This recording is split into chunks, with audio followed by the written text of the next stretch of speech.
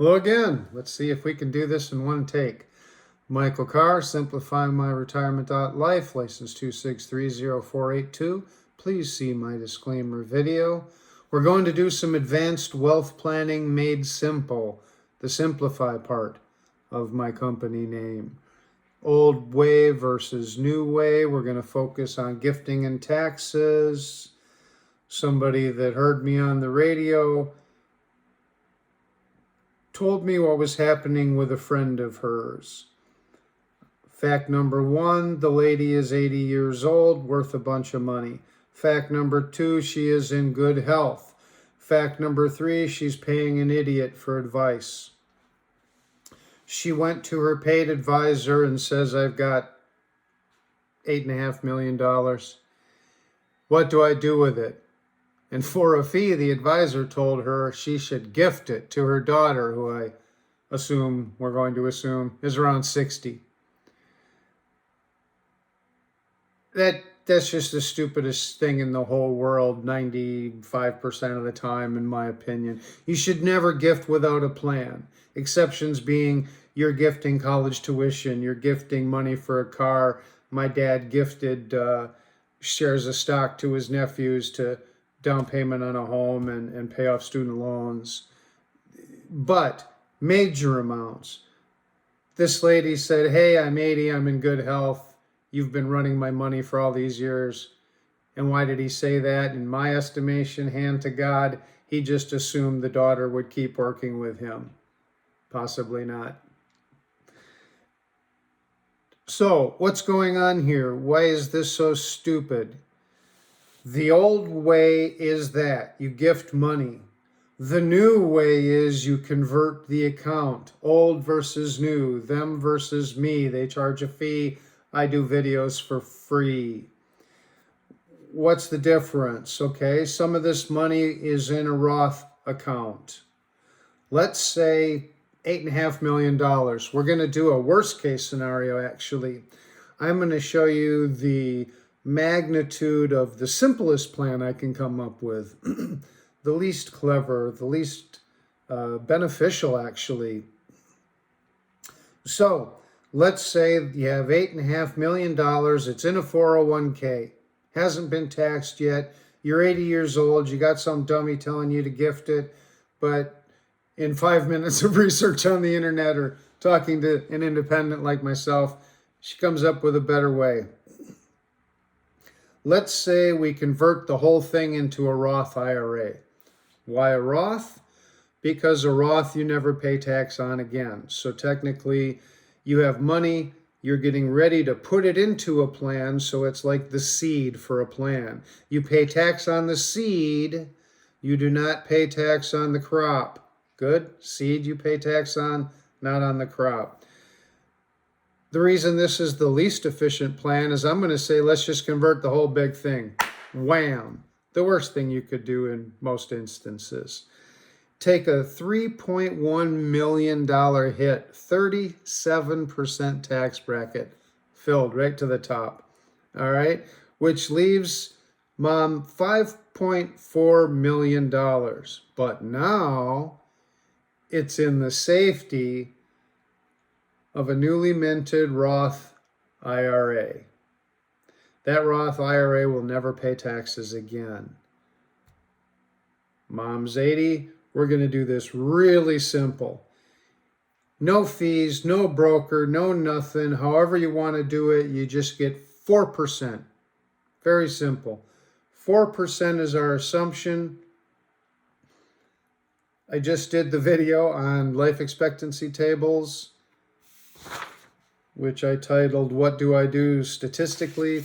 And that shows why I'm using the age 95 for mom. So in 15 years, that remaining 5.4 million that started out as 8.5, it grows at 4%. And in 15 years, it becomes 9.7 million. I'm done. They tell you not to pay tax. Don't pay tax. Don't pay the government. Well, if you have the ability to plan and read, you just do the math. You don't believe me. I'm not up here telling you stories. I've got whiteboards. I show you examples, right? I don't expect you to believe me. I expect you to believe the facts. So you leave 5.4 million, you grow it, it grows to 9.7. Well, now hang on, we're not done yet because it's in an IRA. When you inherit an IRA from a spouse or a parent, there's a special little rule out there. You have 10 years to empty that account in whatever way you want. You can take nothing out until the end. Let's see what happens. The daughter has 10 years to empty out this account, and every single penny that comes out is tax-free. Well,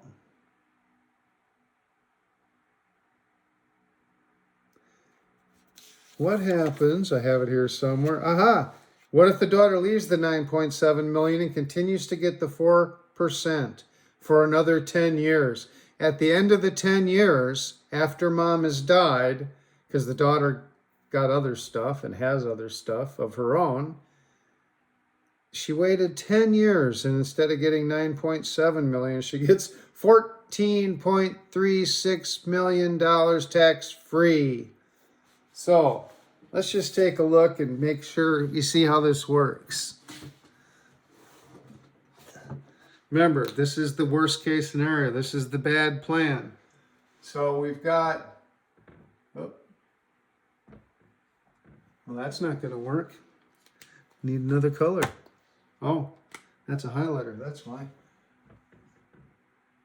$8.5 million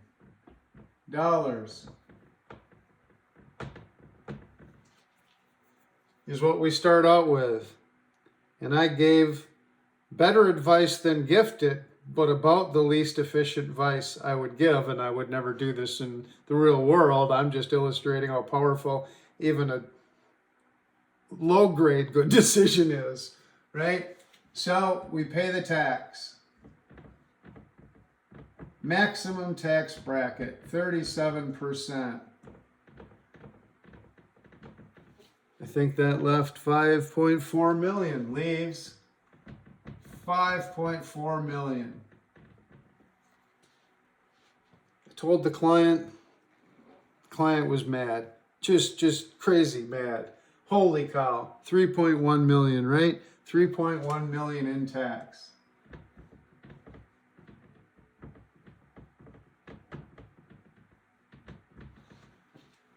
Now the visceral reaction is, yeah, that is horrible. I agree. That's a terrible thing. Why would you want to do that? Well, and then what I said, you leave the 5.4 million, so mom is 80, right? And we plan for mom to live to 95. So 15 years at only 4% return, I think I'm being pretty generous here, turns that into 9.7 million. Now who's smart? The advisor she paid $1,000 to, or thousands of dollars to, or the guy that just has fun doing these things in his head? I think the guy that has fun doing things comes out way ahead, because now she's got 9.7 million, and guess what this is? 9.7 million tax-free. So now if you want to be literal, the way my mathematical mind thinks, is this was taxable. This is tax-free. So if we gross this up,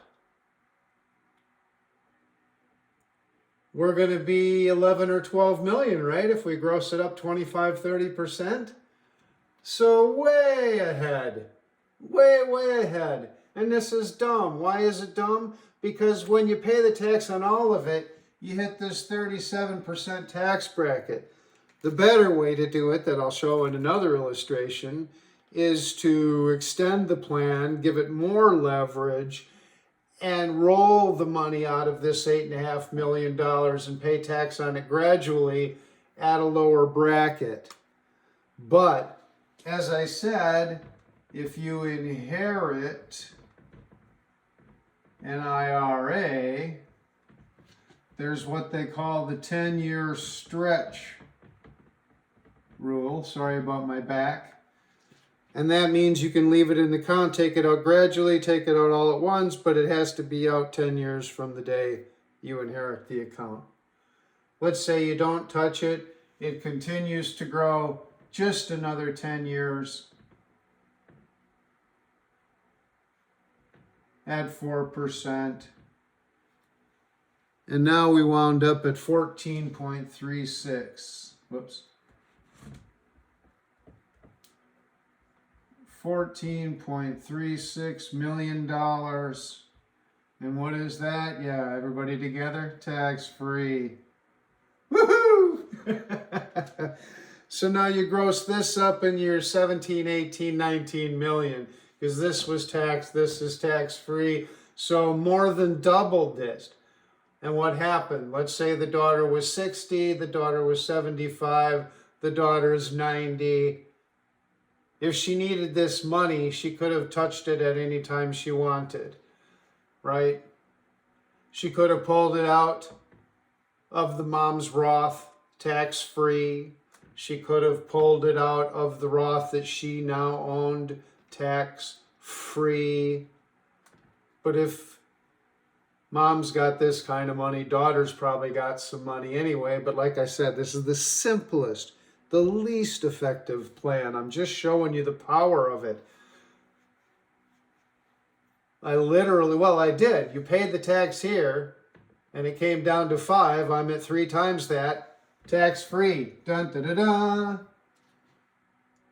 Now what happens? Theoretically. Now a grandchild inherits. 14.36 million and goes another 10 years at 4%. What could we guess that would grow?